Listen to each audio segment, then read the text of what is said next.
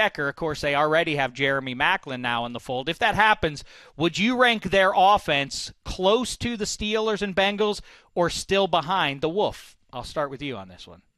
Still behind. I like Mike Wallace actually really surprised me last year. I feel like he was the pun for a while of so many different jokes, and he actually had a great year. And then you have Brashad Perryman. Who, I mean, in the second half of 20, if you were paying attention, you finally started to see, that's why they Those were the flashes that we and had been waiting for. That He's huge. So he had that rookie year that was marred by injury, but we saw his potential last season, and I love that. And having Jeremy Maclin on the team, that's great. I mean, the Chiefs aren't really a passing team, so I feel like they didn't really get to utilize him as much last year. I know it was a down season in 2016 for Jeremy Maclin, but 2015 was awesome for him. So if he can have that same form with the Ravens next season, yeah, they're starting to be a little bit better. Their wide receiver core was in a complete mess before this. So if they get Decker, yeah, that's great. Well, the Bengals add Ross. They get Joe Mixon, obviously to go along with A.J. Green, and don't sleep on Tyler Boyd working that slot now. I mean, that's a pretty interesting mix there.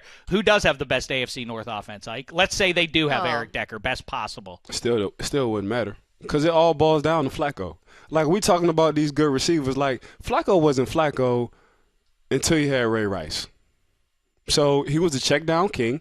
Every blue moon he'll throw deep to Torrey Smith, and he'll catch you on a deep one. Then at the same time, he'll check down to Ray Rice, and Ray Rice, him one-on-one with linebackers or safeties, he'll make a miss. Then you get a hot Anquan Boldin who pretty much ran the whole playoffs.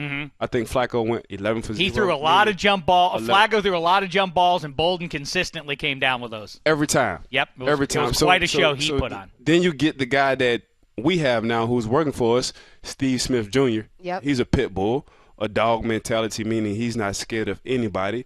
So we can talk about all these receivers and everybody revamping themselves when they go to the Ravens, but it starts with Flacco.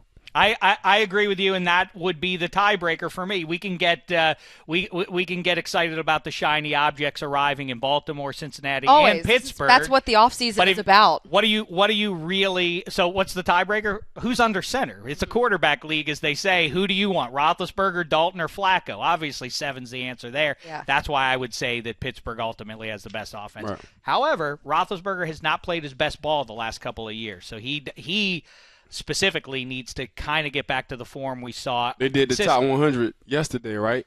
He was 22 on that list. I haven't seen Flacco nor AJ. Yeah. I think Andy Dalton, I mean. I think Roethlisberger is one of those guys who is respected within the league more than he is outside. I don't think so? fans acknowledge. Hands down. I think totally players know Roethlisberger is a distinct talent, even surrounded in an era with Breeze, Peyton. Well, he Brady, toughs it out, Rodgers. and then he'll let you know about it too. So. I don't think that's much of a secret either. Gets a good laugh.